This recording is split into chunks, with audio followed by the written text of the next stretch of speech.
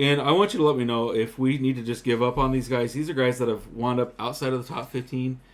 Do we really need to lower expectations, or is this just a matter of, hey, we're only 3 weeks in? We'll do it like kind of like a fire. So I'll give you a drop or keep. How's that? Well, not even a drop or keep, because these guys would be solid wide receiver 2s, but are these guys at this point? Well, that's like saying Nate Burleson was a solid wide receiver 2. I like Nate Burleson. He was not a solid wide receiver 2. I like him. Every kiss begins with K. All right.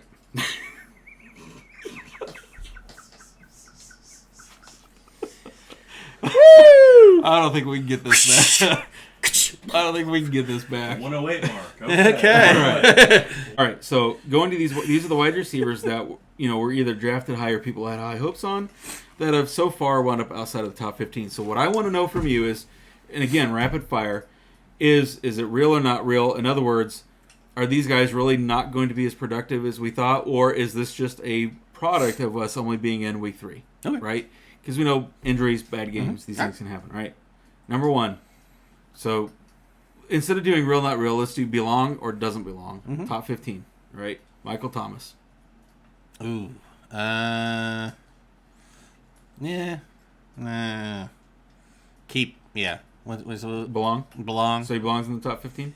Nah, top 15? Top 15? Top 20. Top 20. So still a wide receiver 2, but not a wide receiver. Yeah. How about this? Wide Possibly receiver wide 1? receiver 3. Let's say wide receiver 1 or not. Oh, no, not yet. Okay. CeeDee Lamb? No. Deontay Johnson? No. Michael Pittman? Possibly. Now, I will say his numbers have been suppressed because he was out. Yeah. I do like Michael Pittman. I do think he's got the talent, but we'll just have to see. Okay. Terry McLaurin? Yes. Okay. Debo? Samuel? Oh, yes. Okay. Keenan Allen? Injury. He missed. Yeah, Keenan Allen is a good one to keep, but the question mark is who's slinging to the ball, because if Herbert's hurt, that's a crapshoot. DK Metcalf? Disappointing. Mike Evans? Yeah. He was out a week. He's a keeper. DJ Moore? Keeper. Okay. Keeper. All right. Moving on. Let's talk about running backs. All right. Okay. So these are the top 15 running backs, and we'll go through these rapid fire too, unless there's any name on here that you want to talk about. No, sure. Because there's going to be some surprises. Oh yeah, I'm sure there is. But when you look at this, some of this is going to make sense. Like you'll look at. I'll just give you a spoiler alert. Khalil Herbert's on this list, but they had to do everything with week 3. Oh yeah. Right. Oh yeah. But I've also been very passionate on several shows on this channel. The question mark is going to be when we come back at week 6 on who is hanging on here is what we're going to come up with.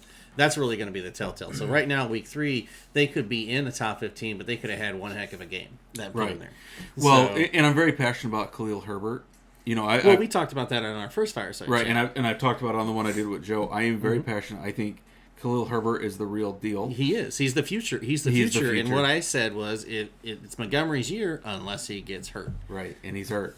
But we don't know for how long. And when he comes back, it'll be a running back committee. I think it's still going to be a committee. But I think Herbert performs so well, and even in the first 2 games, averaged more yards per carry than Montgomery, that he can't be ignored. Right. But next year. Oh, boy. It's a whole different story. Oh, boy, because Montgomery's contract's up. And they're not going to... I like Montgomery, they're not going to resign him. But for this year, so we're talking redraft. Now, Dynasty League, different story. Some of these guys in Dynasty League are... Dude, you need to go out and trade for them now before it's too late, because they're probably already rostered. Yes. We know running back is always thin. Tough. Running back and tight end. So I saved running back and tight end for the last and second to last, because...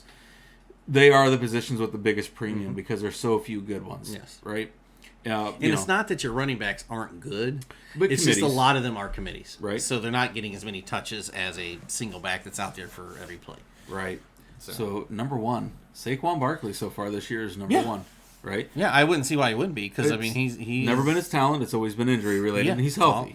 He's real, but I don't know if the Giants are real. Right. So, they don't need to be. Yeah. And they don't, in fact, sometimes with like Saquon being able to catch the ball out of the backfield, sometimes it's better if they're not, because, again, garbage time points count as much as any. Those little dump downs in the flat like you were talking about. Those I hate to say it in New York, but Daniel Jones is not your quarterback. So oh, no. He's done. That was a Dave Gettleman pick. And he's gone. He's gone. This regime has no loyalty to Daniel Jones. He was a mistake when they took him. Mm-hmm. All right, number 2, Nick Chubb, who you have in our Dynasty League. Loved some Chubby. Probably the best pure runner in the NFL. Straight up pure runner we've had in a long time. Very long time. Very long time. Number 3, and I will say for me, this is a surprise because he's coming off a major injury, and he's got a very capable RB2 on his team, but James Robinson's number 3. Oh, yeah. Like, he was, what was he, an undrafted rookie coming in the league? Mm-hmm. But every year he's produced. Yeah. And that's all he's been. done. He's been consistent. And that he's been consistent. And that's all that matters. Because he takes his opportunities and makes the most of them, basically. For sure. He's not taking negative yardage. He's not. And this year it's even better because that offense is legit. Yeah. I mean, there's balance on that offense, so he's not running into stacked boxes. My concern, the reason I didn't draft him in a whole lot of leagues this year is because he's coming off the injury, and you never know. Right. You never know with Achilles and ACLs and MCLs. Yeah. You just all that stuff can pop and tear real quick. And some guys come back and they're fine, and some guys come back and they're not the same. Yeah, they lost a step. They're a little slower. Right. Maybe got a hitch. Right. Travis Etienne is there. He's very capable. So for me, the fact that he's number 3, I'm going to say is real. He belongs in the top 15. Mm-hmm. Very much but to me, it's still a surprise just because he's coming off of what he's coming off of. But like again dude, said, like the question mark really become pretty much kind of mid-season, that 6th, 7th week, and see where we still stand. Right, and I think that his role at this point is pretty secure because for 3 years now he's done it, and he's done it at a very high level. Mm-hmm. Right. Now, does that mean that Travis Etienne's role isn't going to grow? Well, we'll see what happens, but so far, Christian Kirk, Zay Jones, they look like the real deal in the receiving team. And they still got Marvin Jones, Evan Ingram as their tight end. We'll talk about that in a different video. Clyde Edwards-Helaire is number 4. Are they finally figuring out how to use him the right way? I don't think so. But I'm not sold. I'm not sold.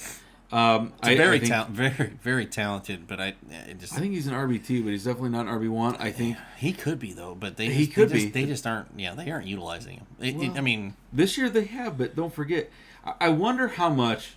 Just thinking outside the box here, folks. I wonder how much the Isaiah Pacheco hype train has motivated Clyde Edwards-Helaire to do better. Everything does. Right? Because everything does. It's a next up league. So I mean, well, that's just it. These guys are not secure. No. They know the next guy's playing for their job. No, unless you assign that $230 million guaranteed contract and not played for 1 year and a half.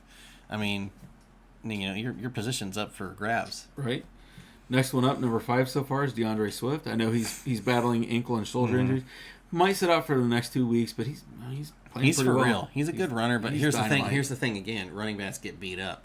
Right. And he is not the biggest or thickest of running backs. He's always dealing with nagging injuries. Yes, he's dealing with nagging injuries. So, but he was also a guy in week 2, so I had to start him in the league because I went wide receiver heavy. That's awesome. We killed an entire bottle of Maker's Mark tonight. Oh, nice. I know that his touches. 115. I know his touches were limited, but he is one of those guys. There's very few in the league like him. That sometimes less is more. Right. But it has to do with the efficiency. But he's been injured a couple years now. Right. So, and that's why that's going to be the problem. And we're going to get to Jamal Williams because he's in the top 10 as well. Oh, yeah. But that's why, to me, that's almost like the old Tiki Barber, Rondane, Thunder and Lightning. Mm-hmm. Like Alvin Kamara, Mark Ingram, not this year, folks. A few years back when they were dynamite. Like, there are few cases where it works. DeAndre Swift's one of those guys that they got to keep fresh because he does get dinged up. But, man, when he gets the ball, he's fun to watch. He is explosive. Number 6, Cordero Patterson. Awesome guy. Love him. Right? We can say from years, everybody has debated on Cordell. Is he a running back? Is he a wide receiver? Return man. The guy is just multifaceted. He is one of those people that, honestly, if he keeps this up, he could be that guy that's a multiple team person, but actually gets in the Hall of Fame. Mm-hmm. Just simply because of his versatility. Who's this? Cordell Patterson. I don't know if he's ever going to get in the Hall of Fame. Fame. Well, I'm just saying. It just depends. His value. But like I'm saying. How long has he been in the league? 5 years? No, he's been in the league a lot longer than that. 7, 8? And I'll just say right now, like you don't last that long in the league as a like a Swiss Army knife. Yeah, basically. Unless you're really good. That's there. what I'm saying. He's still in there. Caught in Minnesota. Yeah. Right. Well, he was never used right in Minnesota. But that's just it. He's one of those rare athletes that just He's an athlete. Right. He's a running back. He's a wide receiver. He puts you where you need to. He's fast. He's quick. He's smart. He's a talented player. I like him a lot, and he's finally been utilized over the past couple of years in the right positions. Well, and that's just it. So, like, I hate to give Bill Belichick credit, but if you remember, the first time that he got any run at running back, like any true opportunity there, was when he was with New England. They had all those injuries. Oh, yeah. And he came in, wasn't like the second or third quarter. Yep. And he just tore it up. Tore it up. Like, Sony Michel was hurt. James White was hurt. Rex Burkhead was I was just going to say Rex Burkhead. He was there, and he was hurt. They literally had no other options, so they put Patterson back there, and he averaged like 6 or 7 yards per carry. And you picked him up on fantasy because you're like, where'd this guy come from? Patterson is 31 years old. Yeah, he's over 30, but dude, he's been in the league a long time. But here's the thing. Here's the difference, though. Everybody, they take care of their body so well now. Right. Like, they can probably play a little bit longer. So, and here's the thing that I'll say, like, for everybody, all those naysayers against Patterson that say that, no, this is not real. Go back and look at the numbers last year. Yeah, he did it last year, he's too. He's consistent. He's doing the same thing. That's right. Number 7, Aaron Jones. Oh, yeah. Obviously, right? That's a no-brainer. You need to have A.J. Dillon on there, too. He's not, though. That's crazy. Yeah, for that running, that he will be, though. I bet if you look at it here in a few weeks, I bet A.J. Dillon and they both will be on there. Right. Number 8 is Jamal Williams, who has always been very talented, but he's that thunder and lightning with DeAndre Swift. And, man, that Detroit offense looks balanced. It does. And good. Remember, in our first Fireside Chat, I said, I think that's for real because, for me... Golf is a game manager. So and if you look at, for me as a former offensive lineman, it always starts on the line. That's it. That line has the potential to be elite. Oh yeah. We're not talking good. I'm saying elite. Yeah, Detroit's for real. You never thought I'd say that in my life. And then people give Goff all kinds of grief, but when you look at it, when Goff was the quarterback with the Rams, both Cooper Kupp and Robert Woods were relevant. He had, what's his name? He's not in the league anymore. Todd Gurley. He distributed the ball better than Stafford is. Oh yeah, right. But Stafford's better. He took him. Well, don't forget, Goff took you to the Super Bowl too. He just ran against the Patriots. Yeah, like just didn't win. Right. So yeah. So no, like how funny would that be if Goff went to the Super Bowl for Detroit? Dude, that'd be great. That'd be great because honestly, I don't dislike Goff. I've never thought that he's a superstar. I think he got kind of a bad rap out in L.A. Right. And so he's not a superstar by any stretch of the imagination, but he's not bad. Right. He is above average. And I'll be honest, you might see that this year with Stafford. Stafford might start peeling off and Goff take off. Well, so for fantasy purposes, that's what I'm saying. For fantasy purposes. I'm actually starting Goff in the league. So I drafted Dak Prescott in one. We know what he's battling against thumb injury. I'm actually starting Jared Goff. Oh yeah, I would. And I have no qualms about it. So I picked up Jimmy G. Yeah, I mean, that offense is stable under Jimmy G. All right, number 9, Khalil Herbert. That's a product of one game. Yeah. I think Khalil Herbert's the real deal. He's the real deal. I mean, he's the real deal. But now here's the question mark, though. Can he still healthy? Because he's not. He's a kind of a Swift size back. Right. So, and it helps having a thicker back like a Montgomery. Yeah, taking some of the beatings. I will say, like, he is smaller as far as height, but dude, he is solid. Well, yeah, they're all solid. They're all solid. But he, in the way he runs, I was telling Joe in our last episode of Fantasy Fireside Chat, what impressed me the most about watching Khalil Herbert last week when he got a shot against Houston. Now, I want to preface this by saying Houston's defense has been gashed in the rushing game all year long, right? I want to say that. That's just the way it is. But his vision, when you watch the runs, like, you can literally see, like, he is looking and anticipating. His instincts are fantastic. He's the real deal. But how about this for a kicker? In almost every league, these guys went number 1 and number 2. Now, Justin Jefferson came in a few leagues, but Jonathan Taylor and Christian McCaffrey were 1 and 2 in most leagues. Jonathan Taylor's number 10, Christian McCaffrey's number 11. All these other guys are ahead of them. Yeah, but you got to look at Taylor's for real. He's a horse. But I think right now Indy's just trying to find themselves. They are. And that's what they're trying to do. They're trying to rely on him running again like they did last year, and I don't think that's going to work. Well, the defense isn't slowing enough people down to keep them in the game. I feel like Jonathan Taylor, go back to episode 8, folks, and I mentioned this. I feel like Jonathan Taylor's problem this year is he's very game script dependent. Yes. And if they get behind early, they give up on the run, put Nyheim Hines in. Right. Which is crazy because Jonathan Taylor has actually had some really good production as a receiver out of the backfield. Yeah. And you don't know why that is, unless they think Hines is more more swifty. I just don't get it. I don't get the usage. I don't either. I really don't. But that's probably why they're not doing so well either. Probably not. Yep, you're probably right.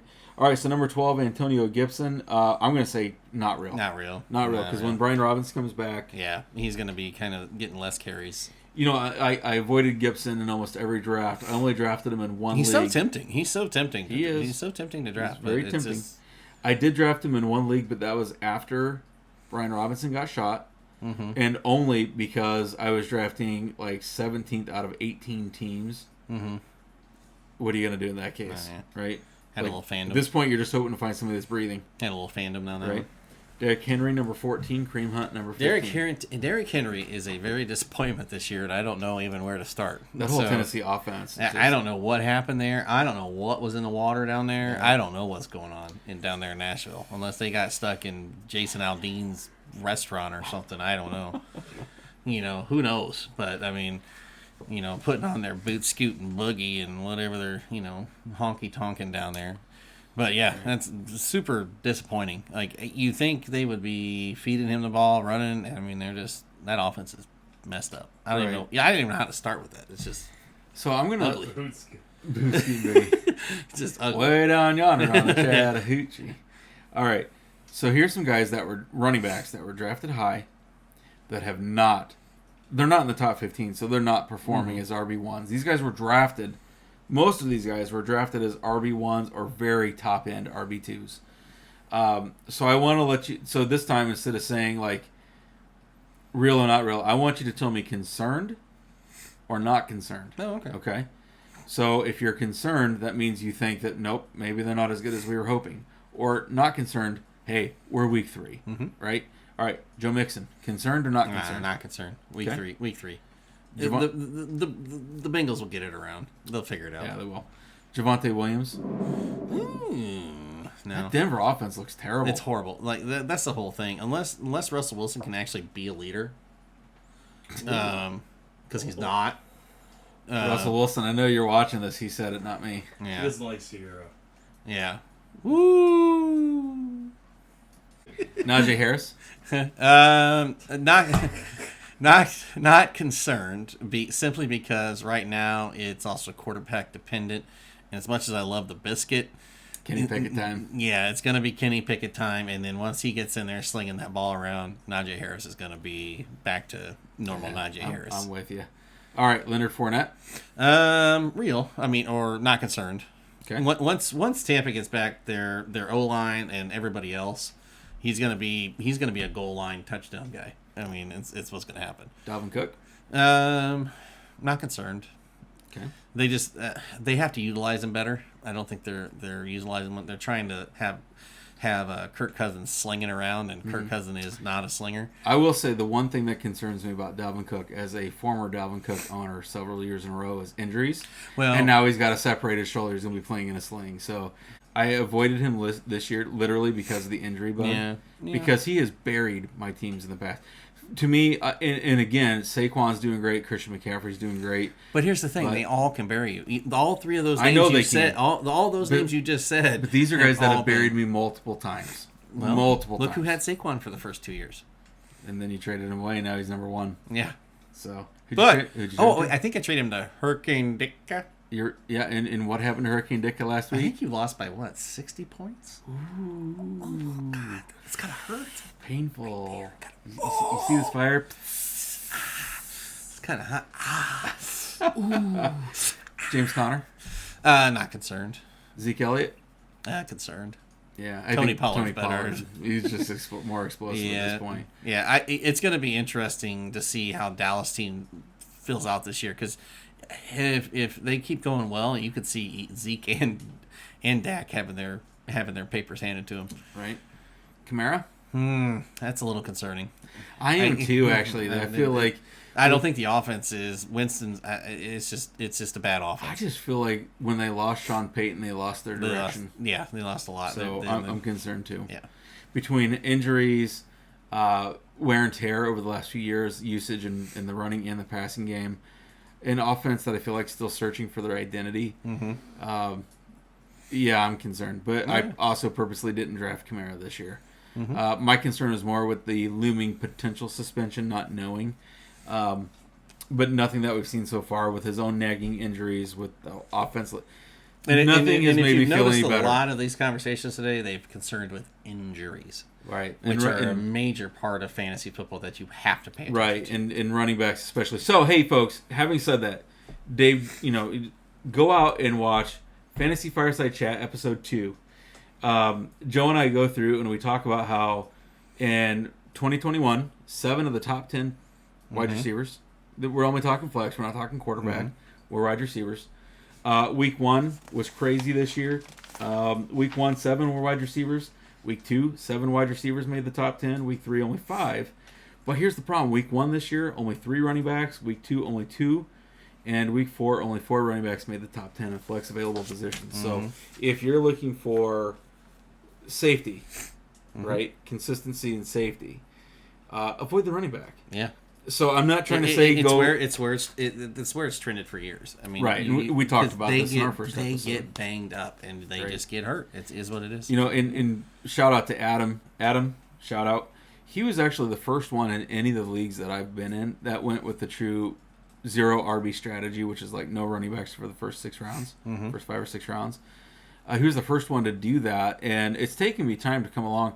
Now, you did it. We talked about that. Not so much. It wasn't a true no running back, 0 RB. And Tom did it. That was not a true 0 RB, but you guys both won titles. You guys were... So Adam was the first one to do the true 0 RBs, but you and Tom, you guys were on the front of that curve. You guys were leading that curve, and you guys won because you titles. wanted to look at that flex position. You didn't want to fill it with a running back who might or might not even be playing by the time week 4 or 5 rolls around because they're banged up, right? Right. All right. Let's look at tight ends real quick. Now, tight ends, we're not going to go 15 deep because we already know tight ends are thin, right? All right. If I said that number 1 and 2 is Kelsey and Andrews, or Andrews it is should number be 1. Mark Andrews. I don't think Kelsey's having the year Mark Andrews is right now. Well, Andrews is number 1, Kelsey's number 2. What if I told you Tyler Conklin's number 3? No, that makes sense. Right? And there was a lot of hype around Conklin in the preseason, right? You want to know who's depressing for me, though? Cole Kmet. I dropped him. Where you at? Hey, if you watch my my episode, whatever it was, go out and watch all the episodes, folks, because I can't remember. So go out and watch them all. I actually suggested dropping all the Bears wide receivers. Oh yeah. And receiving options, not just wide receivers, so tight ends too. Oh yeah. All right, Zach Ertz, number 4. Darren Waller, number 5. Yeah, and Waller, I can see moving up if Carr Once he gets and more the Raiders get their stuff together. Right. Goddard, number 6. Yeah. Oh yeah. Man, that Philly offense looks good. He's a product of Philly's offense. Right. Is what that is. I mean, they have that down right now where they're just they're distributing. That's a machine. Yeah, it's basically working like a machine. It is a well-oiled But that's machine. 3 weeks. So let's see. All right, so number 7, Tyler Higbee. To me, I think that's real because Allen Robinson is not real anymore. I think Higbee is a product of Allen Robinson not being Allen Robinson, not being a focal point, not being relevant, not being what they thought he was going to be. Gerald Everett, number 8. No. Okay, David Njoku, number 9. That's the problem is he's had the one great game. That's just it. Quiet. He's not even touchdown prone in the red zone. I mean, there's not a lot there. I mean, right. It's not a lot to be good from a fantasy standpoint. There's not a lot of good to have unless you absolutely have to have a tight end. Right. So Pat Freiermuth, number 10. Love him. Love him too. Love him. I do Love too. him. Pick him up if you I think he's going to be even better once Pickett Yes. starts for the yes. the Steelers.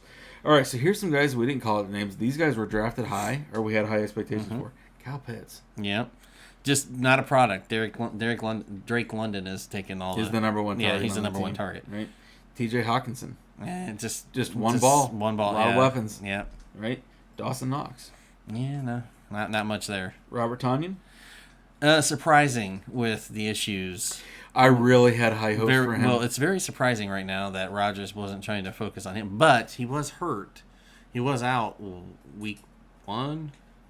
No, he started week 1, but he was limited. Out he was there, but he was very limited because he was still coming off that injury. I'm surprised with Rodgers not trying to focal on him, right? With the lack of weapons and the familiarity that he already has with Tanya, he wouldn't go too more. Yes, he's not a deep threat, but I mean he can still nickel and dime down the field, all control. How about Irv Smith Jr.? Not a fan. Okay. Dalton Schultz and George Kittle. I'm going to say both of those guys will move up the list, but they're both fighting their own injuries. I don't. Dalton Schultz is also. I'm going to be honest. I don't think Kittle's going to. I think Kittle is really going to be injury prone all year long, and always has been. Yeah, and I don't see him coming up now. So Dalton Schultz is dealing with his knee injury. It's a bruised PCL or something like that. So he's got his own injury. Dak Prescott's out. Now, Cooper Rush has played very admirably for Dallas, but Dak is the one that really likes to pass the tight ends. Yes. We've not seen that out of Rush. There's a big upside. If you're in a long-term league and a keeper league, that he's kind of a keeper for next year. And see, I still think he's got value this year, but I think he's got to get healthy, and I think Dak's got to come back. Right, but that's the thing; those are two big keys. Right. So, but the reason I was so high on Dalton Schultz is Michael Gallup. He's got his own injuries. Amari Cooper goes to Cleveland. Like CeeDee Lamb's the last holdover. That's true. So, all right, you ready for the last one? What you got? Last name for the night. What you got? Tight end that's missing from the top 15 or top 10. Cole Kmet. Gronk. Stop playing. We couldn't do this without at least mentioning his name. Yeah. All right. Don't be surprised if he doesn't come back by week 8. All right. So Cole Kmet, droppable. I dropped him. Get rid of him. I dropped him. All right. I hate to say it too, and it hurts me to say it. So there you go, folks. We just took a look at the top 10 quarterbacks, tight ends, top 15 running back, wide receivers after the first 3 weeks of the season. If any of these guys are available, I would actually strongly suggest you go out and pick them up other than Cole Kmet. I think a lot of these guys, even if they're not necessarily for real, would be a good bye week filler. Yeah, and so you're gonna start running into that where you're gonna have to be filling in just bye weeks, and what you're looking for is somebody that's gonna be consistent, that's gonna get you at least 10 to 15 points. So if any of these folks are out there, go out and get them. Because what can happen is you can pick one of those guys up, and then they have their game. They have their one game of the season, and they go just berserk. Right. So you can have that. All right. So it's like Josh Freeman. Well, fantastic, folks. I see Joe's hand in the screen. That means it's time for us to go. You guys all take care. Until next time, see ya.